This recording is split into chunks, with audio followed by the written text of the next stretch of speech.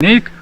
Ir mūsų proto veikimą būtent žino psichologai, mokslininkai, įvairios informacinės priemonės, tai būtent žiniasklaida.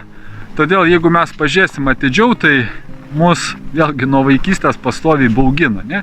Jeigu tik įsijungiam žinias, tai ten kas pastoviai? Tragedijos, lygos, mirtis, karas, nusikaltimai, katastrofos, žmogžudystės, na ir taip toliau, visa tas, kas juoda ir mus baugina.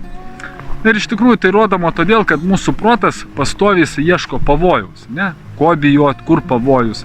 Ir tokiu atveju išlikti stipriam iš tiesų nelengva, nes tave pastoviai gąsdina. Ne? Ir prie baimės ir gąsdinimo dar dažnai prisideda ir artimieji.